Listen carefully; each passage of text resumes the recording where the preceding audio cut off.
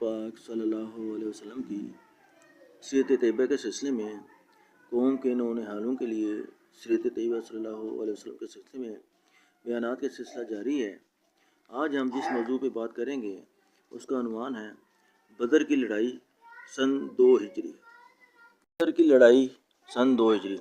رسول پاک صلی اللہ علیہ وسلم کے مدینہ آ جانے کے بعد بھی قریش اپنی شرارتوں سے باز نہ آئے۔ ان کو اس بات پر سخت غصہ تھا کہ اب ان کے ظلم کا ہاتھ مسلمانوں تک نہیں پہنچ سکتا۔ پہلے انہوں نے مدینہ کے یہودیوں اور منافقوں کو پیغام بھیجا کہ تم مسلمانوں کو مدینہ سے نکال دو۔ مسلمان چوکس تھے، اس سے دل کے کھوٹے ان لوگوں کا ان پر بس نہ چلا۔ اب قریش مسلمانوں کو نقصان پہنچانے کے لیے تدبیریں سوچنے لگے۔ رسول پاک صلی اللہ علیہ وسلم کو ان کے برے ارادوں کا علم تھا، اس لیے آپ صلی اللہ علیہ وسلم مسلمانوں کے چھوٹے چھوٹے دستے ادھر ادھر بھیجتے رہتے تھے تاکہ قریش کوئی شرارت نہ کر سکیں اور ان کو یہ پتہ بھی چل جائے کہ مسلمان ان کے شام جانے والے تجارتی قافلوں کو روک سکتے ہیں۔ پھر بھی ایک دفعہ ان کے ایک سردار قرظ بن جابر نے مدینہ کی ایک چراگاہ پر چھاپا مارا اور ان مسلمانوں کے اونٹ لوٹ کر لے گیا۔ اس واقعے کے 3-4 ماہ بعد مسلمانوں کے ایک دستے سے قریش کے ایک قافلے کی جھڑپ ہو گئی، جس میں قریش کا ایک آدمی مارا گیا اور 2 پکڑ لیے گئے۔ اب قریش نے مدینہ پر حملہ کرنے کا پکا ارادہ کر لیا۔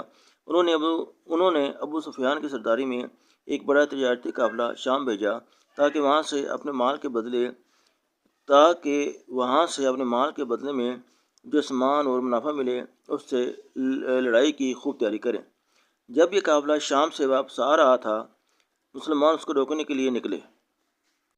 مکہ والوں کو خبر ملی تو ان کے 1000 بہادر بڑے ساز و سامان کے ساتھ قافلے کی مدد کے لیے روانہ ہوئے۔ قافلہ تو بچ کر نکل گیا، لیکن قریش کا لشکر مدینہ کی طرف بڑھتا ہی چلا گیا۔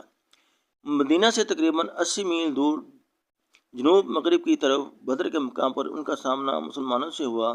قریش کی فوج کے پاس 700 اونٹ، 100 گھوڑے اور بے شمار ہتھیار تھے اور مکہ کے بڑے بڑے سردار اور نامی بہادر اس فوج میں شامل تھے۔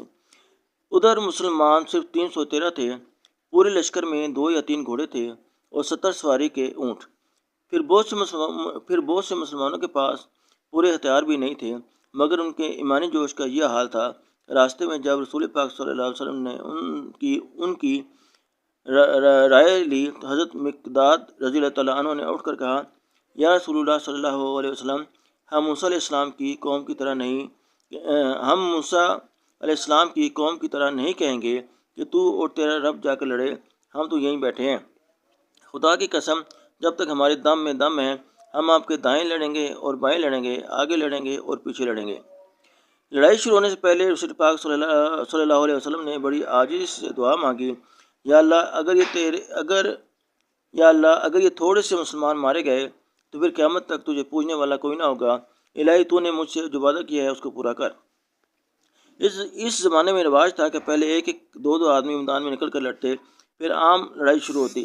قریش کی طرف سے لشکر کا سردار عتبہ اپنے بھائی شیبہ اور بیٹے ولید کو ساتھ لے کر نکلا۔ ادھر سے 3 انصاری بڑھے۔ عتبہ نے دیکھا تو پکارا، اے محمد صلی اللہ علیہ وسلم، یہ لوگ ہمارے جوڑ کے نہیں، ہماری قوم کے لوگ ہمارے مقابلے پر بھیجو۔ اب آپ صلی اللہ علیہ وسلم کے حکم پر حضرت حمزہ رضی اللہ تعالیٰ عنہ، حضرت علی رضی اللہ تعالیٰ عنہ اور حضرت عبیدہ رضی اللہ تعالیٰ عنہ بن حارث میدان میں اترے۔